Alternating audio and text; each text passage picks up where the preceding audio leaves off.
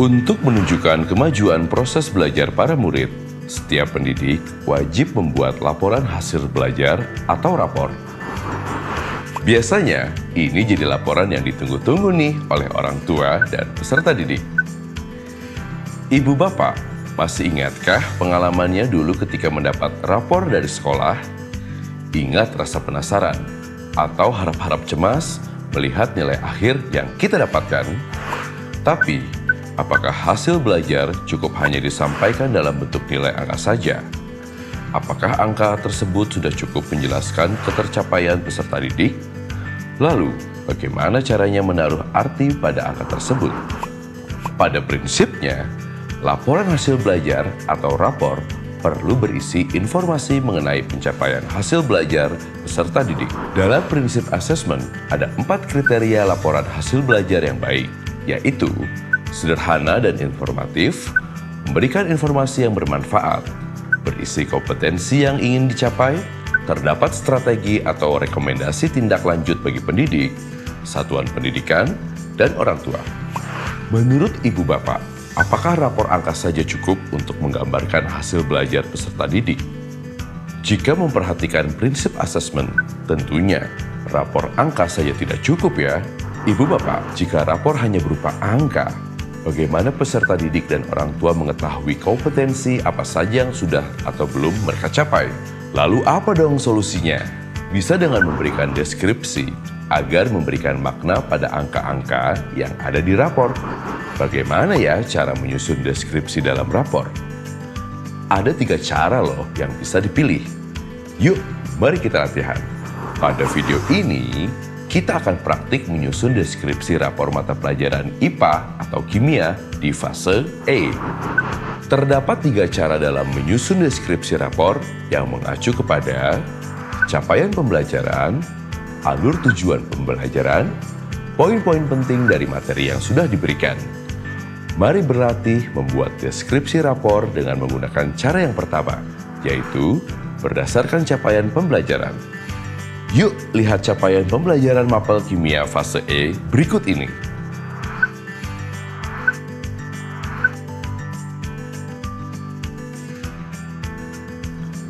Dari hasil pengolahan asesmen, kompetensi yang sudah dicapai Putra diantaranya mengidentifikasi, mengajukan gagasan, dan mengkomunikasikan.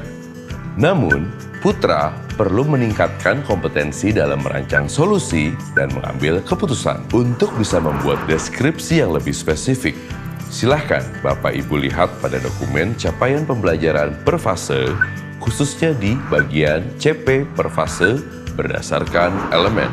Dengan demikian, deskripsi yang dituliskan dalam rapor adalah sebagai berikut. Selanjutnya, cara yang kedua adalah menulis deskripsi rapor berdasarkan alur tujuan pembelajaran. Mari perhatikan alur tujuan pembelajaran dalam mata pembelajaran kimia berikut ini. Langkahnya sama seperti cara pertama, yaitu menentukan kompetensi mana yang sudah dicapai dan mana yang masih perlu ditingkatkan.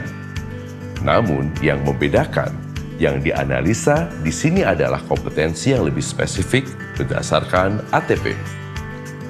Berdasarkan analisa, capaian kompetensi yang sudah dicapai Putra, yaitu kemudian selanjutnya, capaian kompetensi yang masih perlu ditingkatkan oleh Putra, yaitu. Dengan demikian, deskripsi yang dituliskan dalam rapor adalah sebagai berikut.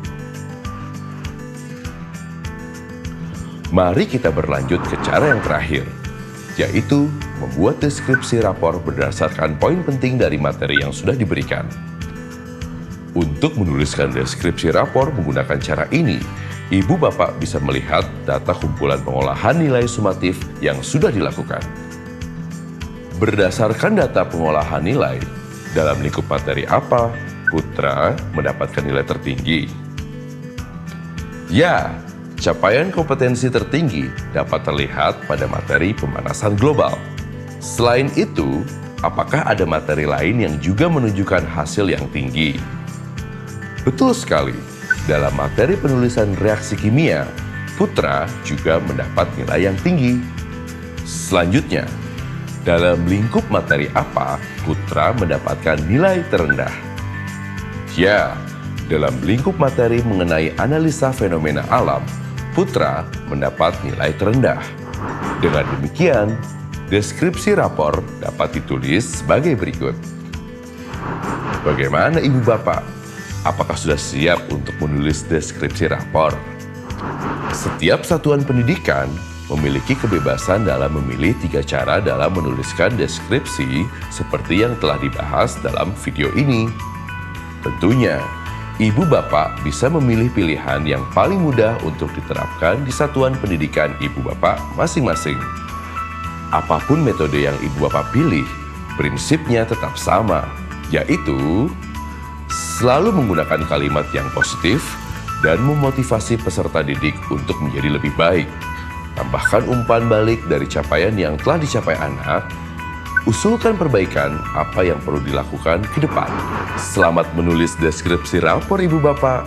Semoga dalam pembagian rapor nanti, peserta didik dan orang tua bisa mendapatkan laporan hasil belajar yang lebih bermakna dari sekedar deretan angka.